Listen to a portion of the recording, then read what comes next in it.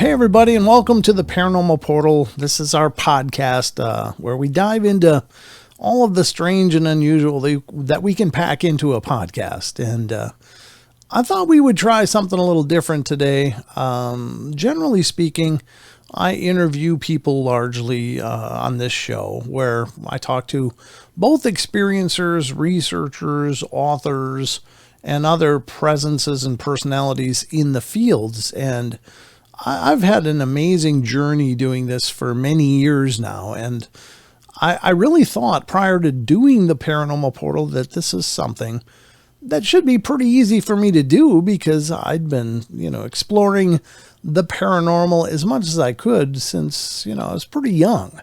I've always been fascinated by the worlds of the unknown and strange and unusual, and having many experiences of my own, it's always been kind of a big part of my life. And my journey's been to try to understand what the hell's going on with this stuff. It's just such a strange and unusual part of our world. We've often been conditioned to think that reality is this box that we live in with absolute rules and absolute logic, that this is reality. It's unyielding, it's unbending. But then this strange stuff happens and kind of turns everything on its head. The rules get broken and the impossible happens right before people's eyes, and they're left in a state of confusion, shock, terror, fear, any number of emotions, even, sadness and uncertainty. So I've always been fascinated by this because I think that the world is much more mysterious and magical maybe than what we've been led to believe. And I think that a lot of this is what is represented in the paranormal. These things that are happening that aren't supposed to be able to happen, and yet they do. People experience them. They are oftentimes life-altering experiences. For those that haven't grown up with it, it's just like, oh my God, it's a paradigm shift. And so I thought it would be kind of interesting to every once in a while on these podcasts to dive into a topic and kind of explore possibilities about it. Now, first and foremost, I would encourage you to know that I don't have the answers, but I would also encourage you to remember that nobody does. Whatever this strange stuff of the paranormal is, it doesn't really lend itself to rigorous study. It doesn't lend itself to clinical conditions. The strange and unusual happens when it happens, how it happens, when it happens. It's not on a clock. It's not on a schedule. It just occurs because I think maybe it's the breadcrumbs, as I've said many times throughout the course of the show. Maybe this stuff is the breadcrumbs where we explore new ideas in reality because we're presented with these new experiences that people just aren't conditioned for. So I thought we'd start diving into these topics. Today's topic is, what is a ghost? Now, for me, again, I thought, well, I knew the paranormal. I was ready to do shows. But my understanding has evolved so much since starting the Paranormal Portal until today. And I'm sure it'll continue to evolve as I continue to come to new understandings and realizations about all of this strange and unusual stuff. But one of the biggest things that has been transformed in my understanding and in my mind is the idea of ghosts. Ghosts is kind of a blanket term. It's just a term to describe encounters with these presences that, are largely unseen, mostly represented as some kind of energetic presence, but not a physical presence. There are manifestations where they can appear physical, or at least semi-physical, and they do seem to physically interact with things, I imagine through energetic means, but they do.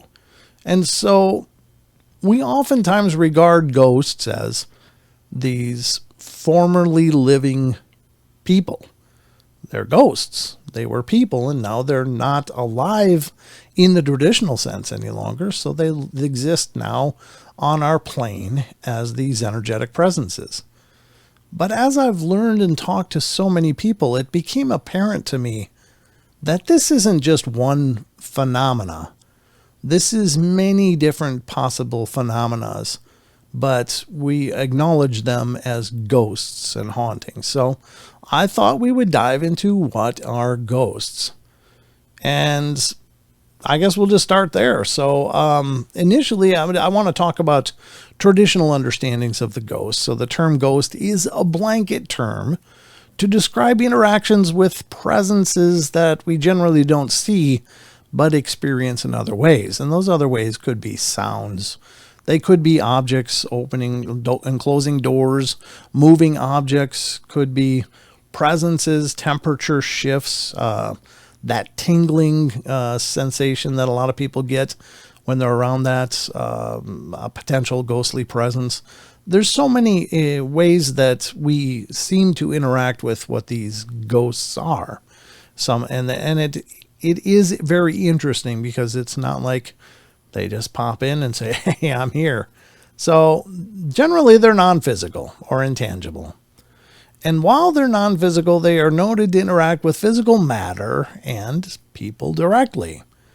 There's generally considered two types of hauntings, just for the understanding of what we're discussing here today.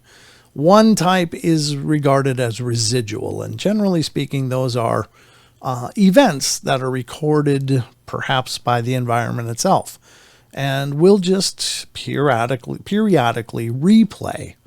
They'll just be a person in a rocking chair.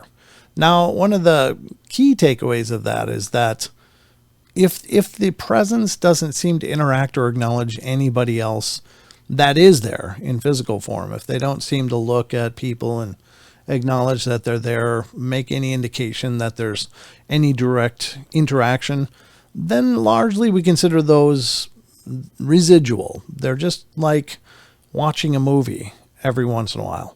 When you're watching a movie, the characters in the movie don't seem to recognize that you're there. They do their thing, and we watch them do their thing, and we can replay it. And that's kind of the same theory of what residual hauntings is. The other general type of haunting is an intelligent haunt, where it seems like there is an intelligent presence there. It will directly target or influence or interact in some manner with the people living there. It can sometimes be pets, it can be people, can be, objects, things like that when they're moved and they're interacting with their environment actively. Those are considered intelligence. And for the sake of this discussion, that's what we're focusing on, is these intelligent haunts or these intelligent spiritual presences that are around. So oftentimes, again, we think of ghosts as formerly living people. They were people. Now they're not in their physical form anymore, but they seem to be in this energetic state. But for some reason, they continue to linger here in our plane of existence. They don't seem to carry on or go on to whatever's next. And I don't think, in a lot of cases, how do I want to say this? I don't think that they, in many cases, can't. I think in many cases they choose not to for whatever reasons. And we don't truly understand what that is, though there's a lot of theories of why that could be. And we'll get into more of that a little bit. But the presence is often regarded as the result of some tragic event where these alleged people met their end in a horrific manner, such as through an accident, murder, war, disease, or through self-harm. So oftentimes we think that, well, they're here because there was so much trauma in however they passed, or sadness, or grief, or agony, or something, and that kept them adhered to this plane. And so those are a lot of the traditional beliefs. Also, most consider their presence the result of unfinished business, sadness, anguish, again, not even knowing they've passed in some cases from the physical plane. And most believe these presences are rooted in a location that was significant to them in their life, such as a family home or the site of their passings. And that can include just passing away in a location due to age or sickness, or even the location of a car crash or accident or self-harm or something else that makes that location very significant to their story. So those are, generally speaking, our basic understanding of what ghosts are. And I think it's fair enough in many cases, but I think there's more going on here. So the story of ghostly cultures, or ghostly contacts and encounters, permeates cultures and histories the world over. And while these manifestations may have regional characteristics, in one case, such as the female apparitions with long black hair that are often reported in Asiatic cultures, and think of like Samara from The Ring. That's a very Asian or Japanese idea of what, distraught spirits can look like. The consistency of ghost stories the world over does seem to demonstrate that it's part of our human experience. So what are ghosts? Interestingly enough, since this is a phenomenon that is global, it's not just regional, again, although there are very specific manifestations that seem to correspond to cultures. Again, the Samara-like figure is one of them, one of many. And there's several different cultures with various representations for what some of these distraught or unrested spirits will look like. But given that there is a universality of ghostly experiences all over the globe, and that's also a significant point in other aspects of the paranormal, like cryptozoology. There's a Bigfoot legends all over the world. And so those are all really incredible considerations when discussing the validity of these experiences, because if it was just one region, or if it was just one belief system, or one religion, or something to that matter, then it might be easier to dismiss as just part of that group. But since it permeates all of these cultures and religions and regions, and gives it a sense of universality, that it really is an experience that's shared by human beings across the face of the earth. So I think that's a profound point, and a very powerful point as well. So what are ghosts? Well, honestly, nobody can be sure. And again, I want to reiterate that what I discuss throughout the course of this show are my own ideas. These are my own personal reflections and thoughts on the topic. It doesn't make me right. It doesn't make me an authority. It's just my personal musings as I try to dive into what is these phenomena. What are these phenomena? What is going on? And what are these experiences for? And that's a little bit about what we're going to dive into here. So what I would like to reiterate is that the points that I already mentioned with the general idea of what ghosts are, those are still accurate.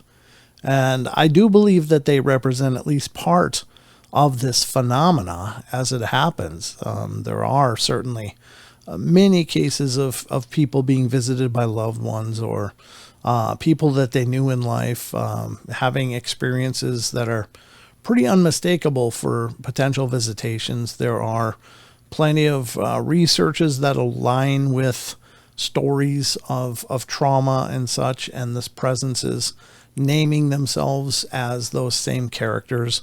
So perhaps some of them are indeed these formerly living people that are somehow, or for some reason, still attached to this plane of existence. But is that all that's going on? And I don't think it is.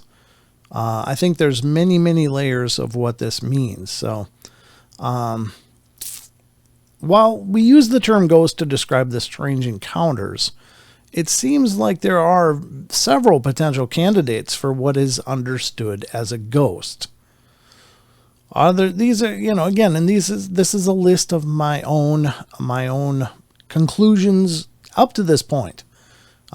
So bear with me as we go into this. But first, some ghosts are formerly living people.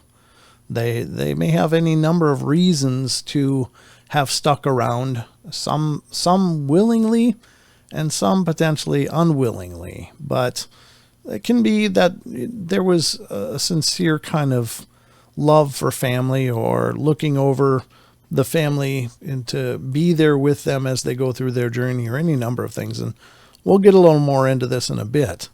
Now, there's other things that are recognized as spiritual type entities that were never people. And those come up surprisingly enough quite a bit in these stories that I hear in the paranormal. One such classification is what's known as shadow people.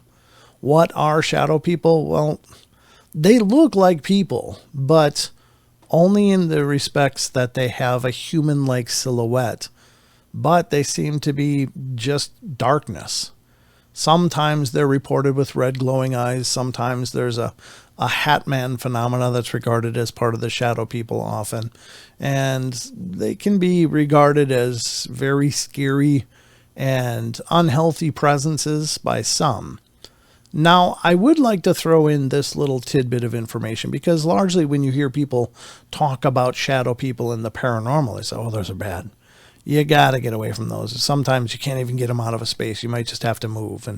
And I don't know if that's necessarily true or not, but I know that there are several people in the field that would tell you that if you have shadow people, you've got to get out.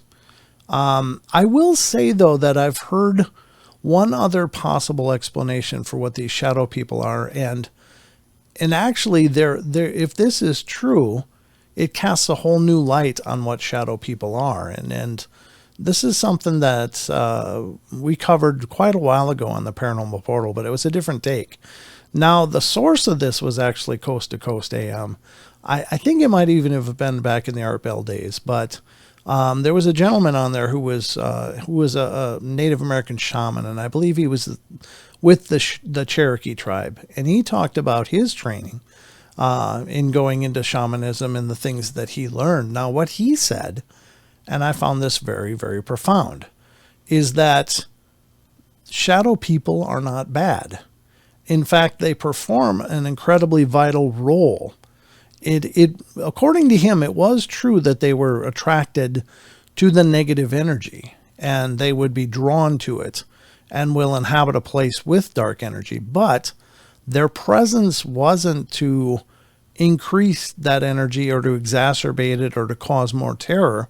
But according to this gentleman, their process and their purpose was to cleanse that dark energy.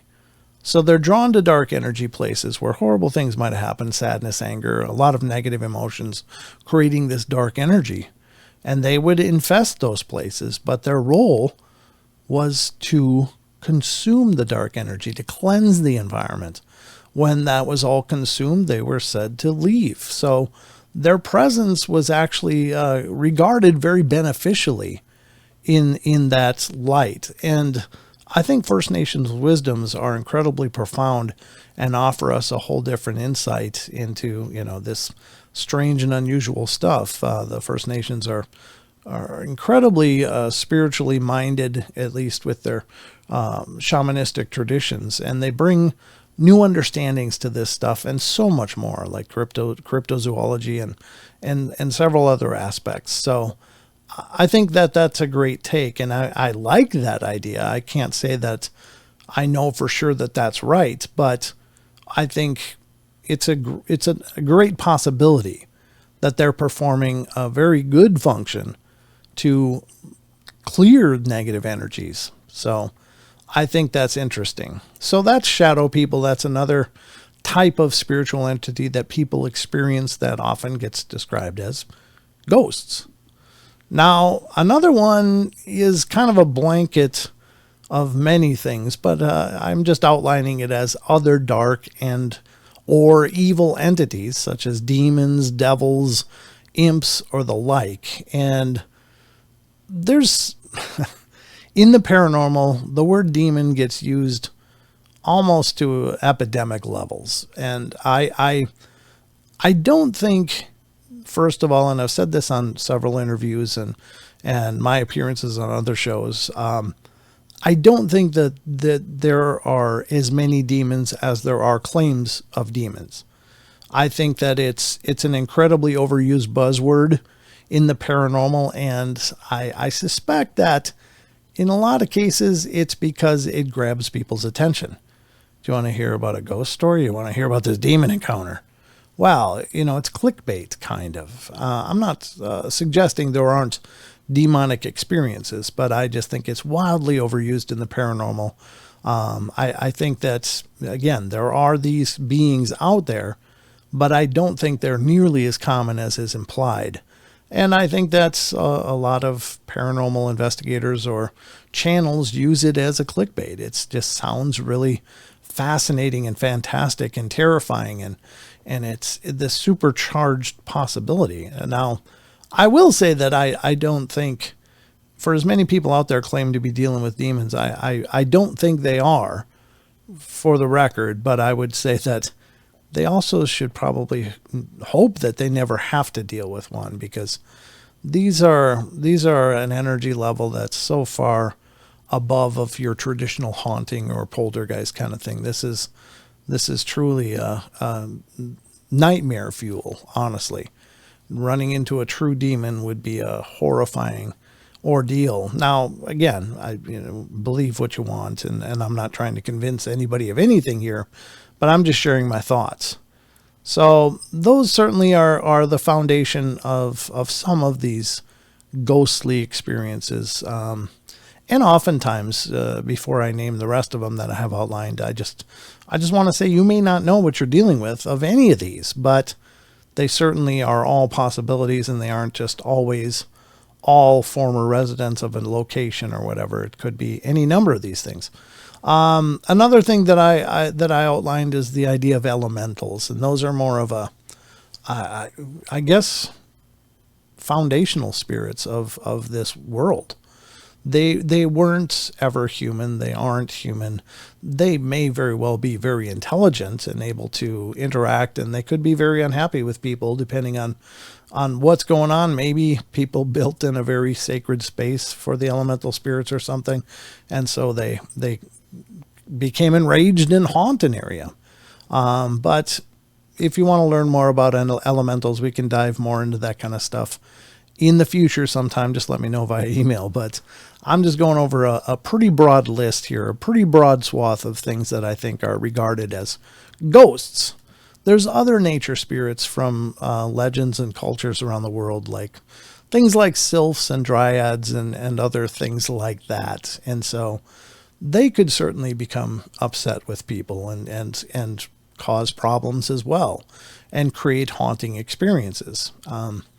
I realize that a lot of those kind of ideas are kind of regarded pretty heavily as folklore or some other ancient religious idea. But again, I don't think that's because possibly these old religions and stuff mention these things that suddenly they're null and void because we have new understanding in sciences now. I think that there's truth to these things, and it's important to at least regard them. The other possibility, and this is one that kind of, I think it's disturbing a little bit, is transdimensional entities. And that's a really hard term to define. However, I think if you just regard it as they may have the ability to have a foot in more than one world. They may not be exclusively from here, but they may be aware of here. And they may actually be from somewhere else. And so as they're in our experience, they exist more, maybe in a more energetic form than a solid physical form. I will say this, and I realize you got to regard a lot of what you see with a grain of salt when you're looking at videos and claims of capturing things. But there's one thing that I consistently have seen through many different videos online, and I kind of believe that at least a few of these might be legitimate of the thousands that I've seen. But they seem to make captures of these beings peeking around the corners, and they almost look similar to a gray alien. And any of you that are familiar with a lot of online videos, you may know what I'm talking about. But they don't have the big bulbous head, but they seem to have a very similar build as is described with gray aliens, in that they're very wiry and they don't appear to be wearing clothes or whatever, but they have these really large bulbous eyes, but their heads look almost narrow and tall. And you see them in several representations online, and I'm thinking, well, I don't know that it's true, and I don't know that it's not a hoax. But if it is true, could that be representing these other entities? They don't appear like people, although they appear humanoid. And is that just their physiology, that they can become somewhat tangible enough to be seen, and then they peek around a corner and then dart back? But you catch those eyes, those weird faces, and it's like, well, that doesn't look like people. That doesn't look like a human being to me. So again, this is just me throwing around ideas, but I think that could very well be a possibility. Another one that I think is fascinating, and I think that this could potentially be the result of a lot of hauntings, and I'll get into this a little bit too. And this is something, actually the term was introduced to me by Amy Bruni when I interviewed her recently on a show on the podcast. She brought up the term egregores, and I was like, huh. And so I looked into the term, and essentially an egregore is a pretty interesting phenomena. And I like this idea because it does seem to explain a lot of things, which I'll get into in a second here. But an egregore, let me just first read the definition for you so you understand what is an egregore. The definition is, an egregore is a concept in Western esotericism and occultism that refers to a non-physical entity or thought form that is created by the shared beliefs, emotions, intentions, and worship of a group of people. The word comes from the ancient Greek word egregoros, which means wakeful. Now, interestingly enough, we see this demonstrated a lot of times in the paranormal field, in a lot of research. Take, for instance, Myrtle's Plantation, and this is another thing that Amy and I discussed when she was on the show, and she talked about how, with Myrtle's Plantation, basically all of the stories that they talk about having happened at this place are almost certainly either impossible to research or they're almost certainly not true. But what occurs to me is that enough people go into a place expecting something to be there, that perhaps through that combined idealism and expectation, that they have created egregores in this location. And those egregores may be modeling their behavior off of these expectations. Now, that seems kind of wild, and the next one is very similar to this, so I'll save that part, my next part, for after I read the next possible ghost source. But the idea that people can go in and create things, I think is very real and very probable. Not exclusively. I do think that there's any number of these things that I'm talking about is a very real phenomena in my eyes. So I'm not discounting and saying, well, all hauntings are egregores. I don't believe that, but I do believe that that can be the source of some of them. That could be a source of some of the ghostly presences, that enough people come in and they come in with their anxiety, their supercharged emotion. They come in with their excitement and with their fear and this imprint of what they're expecting. And possibly by virtue of enough people coming in and leaving those little pieces of their energy behind, that it becomes something of its own. So I think that's very profound. And I do think that happens quite a bit. I mean, every hotel has the jilted bride, and they got legends and stories to tell you about it. And every bridge has the distraught mother tossing her baby into the water, and there's a crying baby at the bridge. And so could these be egregores that have become something because of the expectation of people that there is something? Are the people manifesting the phenomena. So I think that's a pretty incredible and profound thing. So let's get on to the next one in my list of fun here. And this one is called a tulpa. And the definition and understanding of what a tulpa is it actually comes from Tibetan mysticism. And it's got its roots in the idea that you create an entity through a form of meditation and visualization called, what did they call it in that article? It was like tulpa mysticism or something like that. And basically the idea is that people can create a consciousness through meditation and visualization, intense meditation and visualization.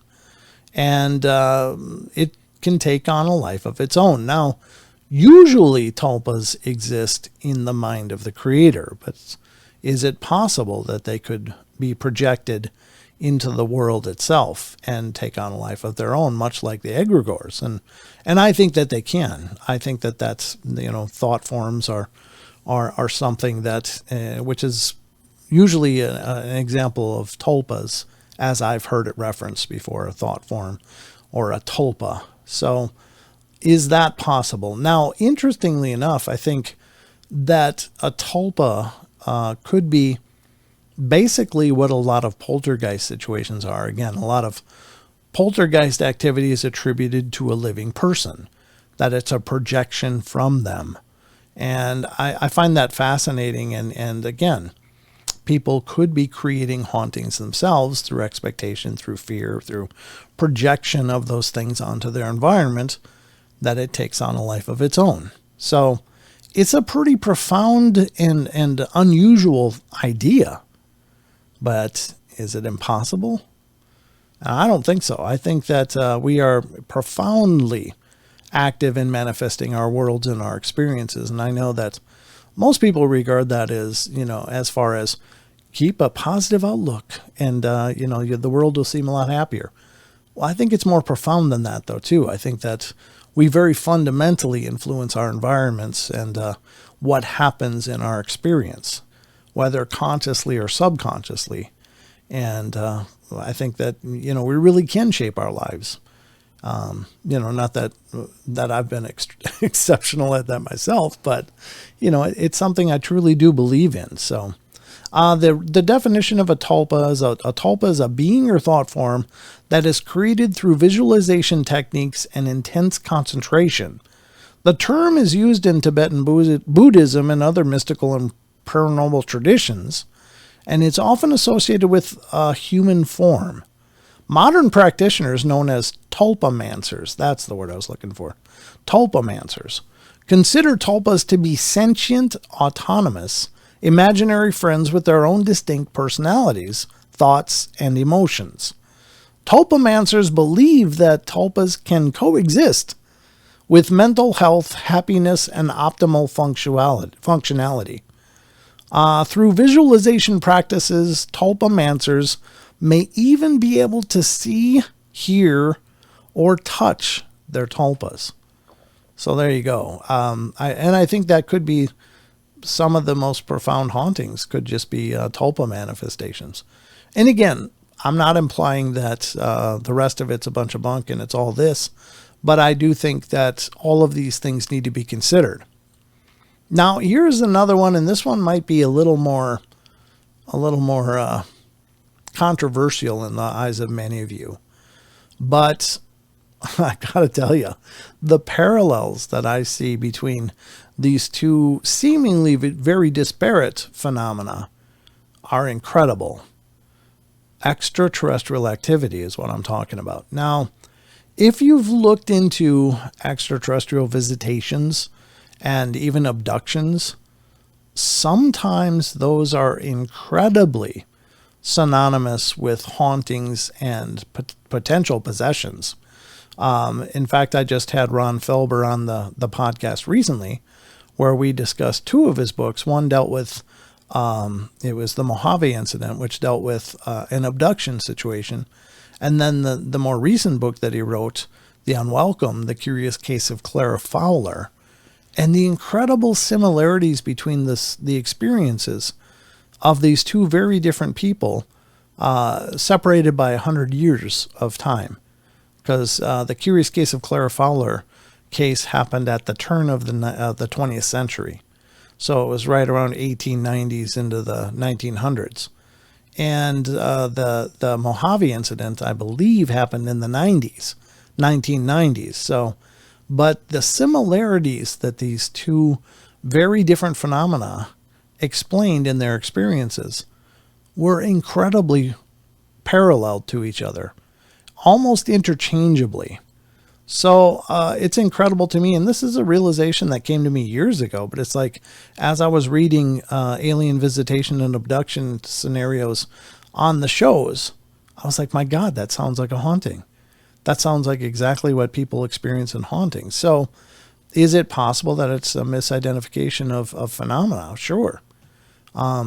If it doesn't go as far as an abduction, they may never know that they were dealing with aliens or spirits, just because the phenomena is almost interchangeable. So I realize that sounds bizarre to some of you, but if you really dive into these two topics, and if you really look at the experiences of alien encounters, it really does sound incredibly spiritual, like a haunting. It's just incredible. So interestingly enough, I think that that's a profound possibility as well. Another idea that could be the source of ghosts is time anomalies. This one is interesting to me because many times throughout the years of doing this show, and I've been doing it for 8 years now, I've covered these time anomalies, these time slips that people experience. Now, there's one street in where is it? Liverpool, England. And it has several experiences of people going into this one specific street, this one shopping area of Liverpool, and suddenly finding themselves back in the 1950s or potentially earlier. The storefronts have changed, the cars change, the people change, and they're there going, what the hell just happened? I don't know what's going on. And it's an incredibly unnerving experience for these people, but a bookstore will turn into a flower shop, I think was one of them. It was a bookstore and a flower shop in this experience. So the person was going to the bookstore to meet his girlfriend and suddenly found himself walking into a flower shop at that same location and was blown away by this old decorating and how all looked around and everything had changed. And then, I think took a step backwards or something and finally found themselves back at the bookstore in the time where they were. So these incredible experiences. Now, in many cases, there have been experiences where, in this one case, this person owned this old farmhouse, and he went into the basement because he heard this noise down in his basement. He's like, what the hell's that? So he goes down in the basement, turns the corner at the bottom of the basement, which is kind of a shop/storage area. And there facing him is this pale, translucent person who's looking at him at the bottom of the stairs with a look of absolute terror on his face, dressed in these old clothes. And the guy looks at this apparition with absolute terror as well. So it was like they were almost both ghosts to each other. And I think that that's fascinating. That would be a time slip, becoming at least partially aware or partially merged with another timeline and being able to perceive each other. Now, there's been several cases of this coming up. I think I was talking to Mike Rickensecker, who was talking about, was it the Conjuring House? Where it was the Perrin family. And he said that Mrs. Perrin, I guess, came down to the kitchen, but the kitchen had transformed where there was suddenly an old fireplace. And sitting out in front of this old fireplace was a group of 3 men looking towards the fire. And then one of them looked back and saw her and poked the other one and pointed back and said, will you look at this? And then boom, it was back in the normal time. So that was like a time slip as well. They both were aware of each other for that brief moment. But then whatever was going on that made that time fluid suddenly closed. And maybe that was having to do with their awareness, the state of being shocked or whatever. That's a whole nother show. But these accounts like this, I think, are incredibly powerful because they demonstrate that, maybe time is much more fluid than we think. Maybe there are these possible portals or diaphragms between timelines that sometimes merge, and they give us these windows and offer us a glimpse into a different time and a different era, and then they close up again. So take that as you will. Again, it's just an idea. Now, there's another idea that I have about these ghostly entities, and I don't know what to classify these as. It could be any of the former, I guess, but they're mimics. I call them mimics. And they may not be human at all, but I think they may pretend to be human. In other words, they might be a transdimensional entity, but that can change our perception of it, and it'll appear like an old-time person, or it'll appear like the famous figure that you're there to look for at a haunted location. Like, oh, Mr. Smith, we've heard that this was your beautiful home and you did a wonderful job, and then suddenly, Mr. Smith is interacting with you. Well, it might not be Mr. Smith. And mimics could also possibly show up as doppelgangers, which we hear a lot about in paranormal, these apparitions that appear like someone in your family, except you come to find out that the person in your family is either not home or is in a different part of the house entirely that they couldn't have gotten to when you saw this representation of them. So I think that that's more of a mischievous kind of thing.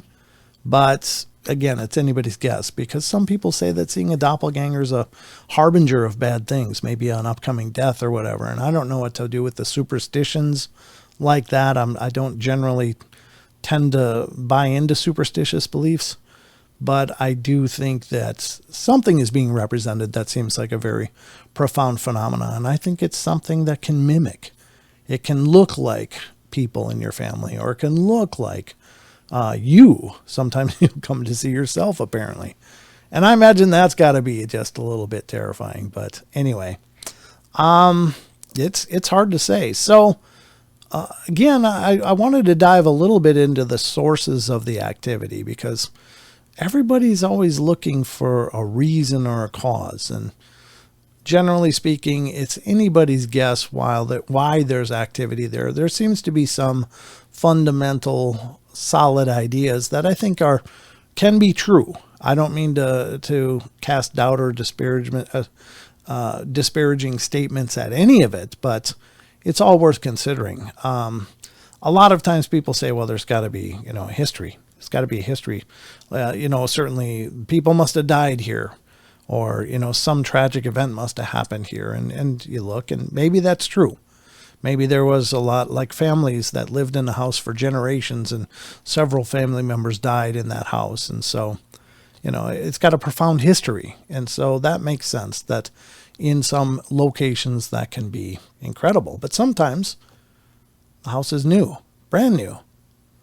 Well, that doesn't sound like there was a profound activity. Now, it is possible that the land itself is the root of the haunting, and then the presences can just become part of the home after it's built. But anyway, it could be living in a place of former tragedy.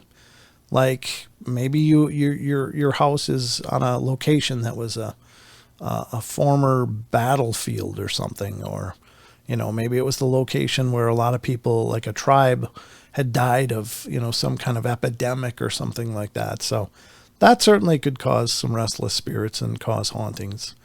Another idea is that they could be an energetically profound place. A place where potentially like ley lines could be, or a convergence of ley lines coming together, like the horizontal and the latitude, longitudinal ley lines might be at a convergence there, and that might make a real energetic superstorm, so to speak, for activity to happen. So that's always a consideration as well.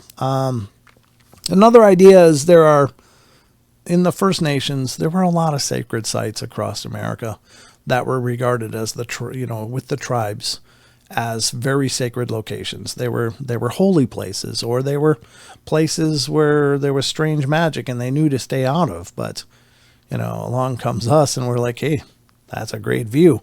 Let's put our house there, without any regard to that history. And so it's possible that is, again, another energetic location for different reasons, but that could certainly be an impetus for hauntings or other activity to start up as a result. So sacred sites is certainly one that we don't really explore a lot with our Western thinking, but it is something that should be regarded when looking into why are we dealing with a haunting. Another one is formerly living human ghosts may be present due to a number of factors. Strong bond to families, strong love for a home and its memories, trauma, confusion, not knowing that they died, or unresolved issues, the big unresolved issues, which always comes up in haunting stories. Well, they couldn't move on. They got unresolved issues. And that could be true. It's anybody's guess, but it may be keeping them from transitioning. I think that some of these presences have transitioned but can come back. They choose to be right there with their family or in a home that they loved, like it was a special place to them. So any number of possibilities. Another, the strangest ones to me are the one-off encounters. And these are encounters where people have lived in a house for years.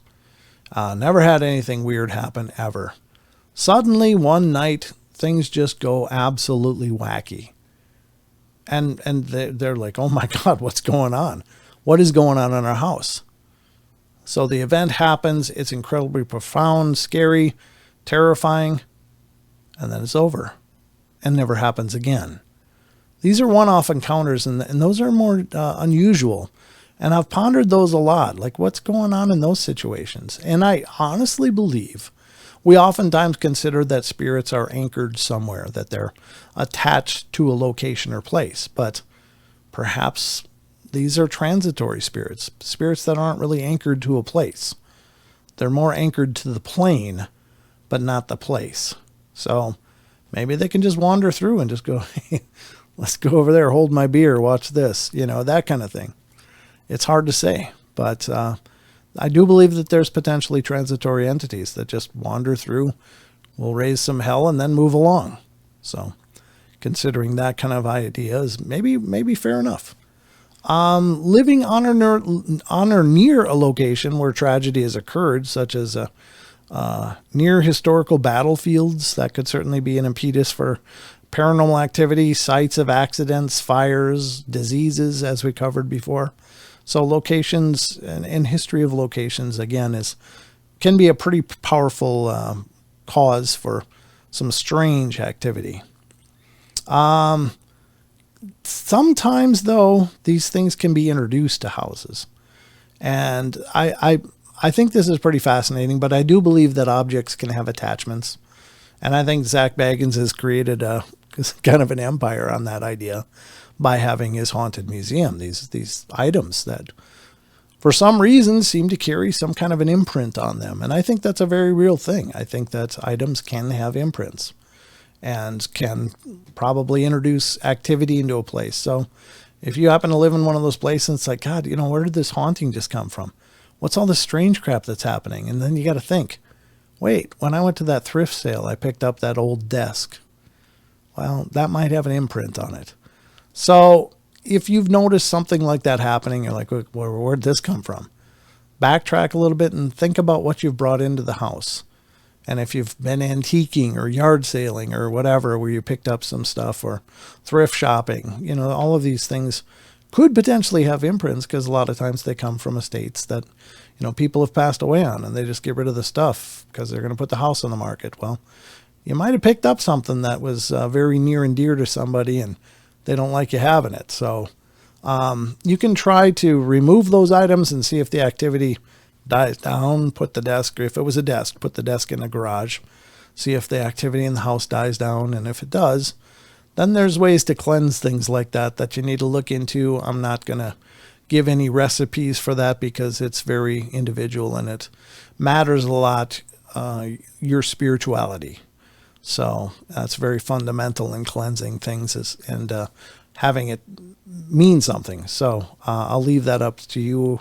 There's plenty of resources online to look into cleansing items and things that line up with your spirituality. So again, experiencing time anomalies is a possibility, and there's no clear reason why these things might happen, but many reports of shock two-way encounters with the past have been documented. So those are all reasons that maybe the activity is present, and it could be any or all, or it could be a whole other reason that I haven't outlined here. But again, I just want to say, full disclosure, these thoughts are the culmination of talking to hundreds of experiencers throughout the years and covering thousands of encounter stories.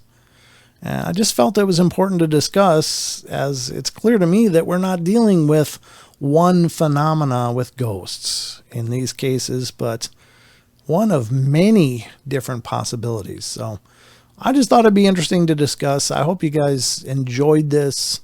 I hope you found it informative and maybe took some value from it. It's a new direction for the show. It's just something we're going to do here and there as I have the time to sit down and outline some thoughts about each of these phenomena. But I figured ghost was one I think we all can understand and relate to, and hopefully you found some value in all of this. But at the end of the day, you be the judge. I don't pretend to try to impress my beliefs upon anybody. These are just my own musings and my own thoughts and considerations. So if they mean something to you, great. If not, well, thanks for joining me anyway. But I hope you guys enjoyed this again. As always, thank you for all the love and support. And I'll talk to you again next time.